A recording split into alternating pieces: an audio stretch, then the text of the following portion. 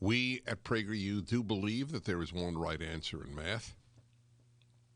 Puts us at odds with Bill Gates, whose foundation donated $1 million to the Oregon Education Department and its program to drop the one right answer notion in math because it's a white supremacist notion.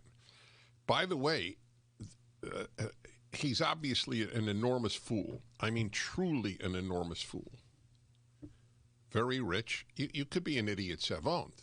He obviously knew how to run or make a business. But he's a fool. He's an enormous fool. Because the notion that one right answer in math is white supremacist means that whites are superior. The left lacks intellectual acumen aside from courage and decency and wisdom. If the notion that there is a right answer is a white supremacist notion, then whites are superior. That's what they're saying. The Ku Klux Klan could not have come up with that. Had the Ku Klux Klan said only whites believe 2 and 2 is 4, they would have been laughed out of society, right? But if the left says only whites say that the only answer to 2 plus 2 is 4, then they're not laughed out by the New York Times, where Gates-like fools dominate. And that's it.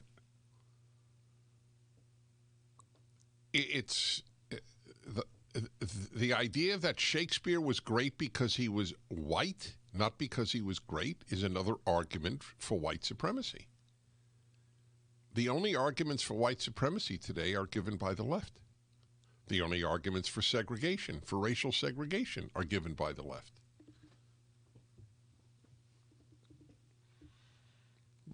Try to say that on your Facebook page. You know what's really disturbed me? That Amazon has taken down the documentary made by Clarence Thomas about his life. It's funny. It's just not reported. It hasn't registered. It's an earthquake. It's like an earthquake happening, and nobody acknowledging it.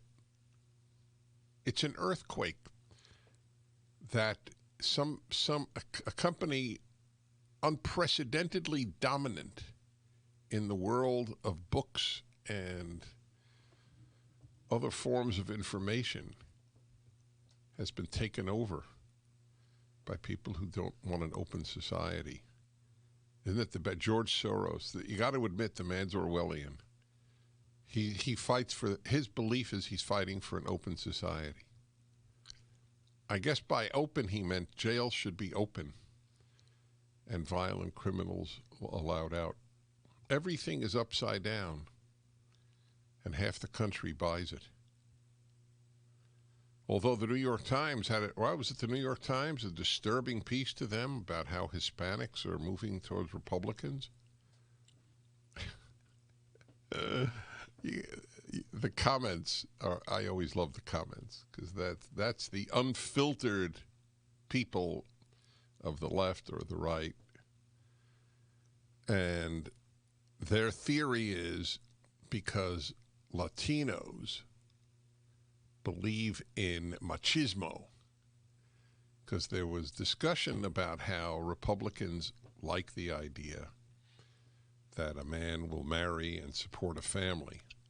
That's now machismo, like toxic masculinity. As we know, it's a very bad thing for boys to grow up to think that they should try to support a family, right? Really, it's really disturbing. They should grow up thinking that they will earn half of the house income.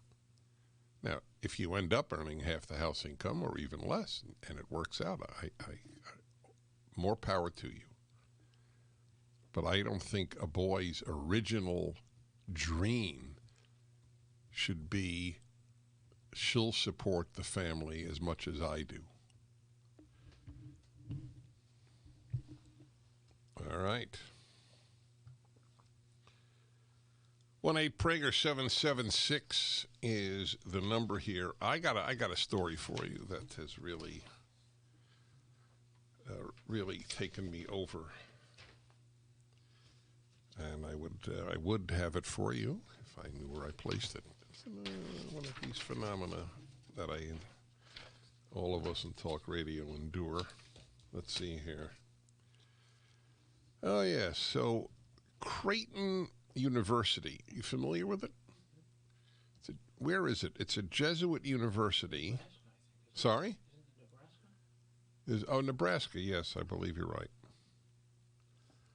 So the coach of the Creighton basketball team, Omaha, yeah. Released the stories from Omaha AP. So he said to the team, in a pep session after losing. Let's see, what did he say exactly? He said this: guys, we got to stick together. We need both feet in. I need everybody to stay on the plantation. I can't have anybody leave the plantation. That came after the team, 14th ranked Blue Jays, lost 77-69 to Xavier in Cincinnati. So is that a saying? No. We'll be back in a moment. I'm Dennis Prager.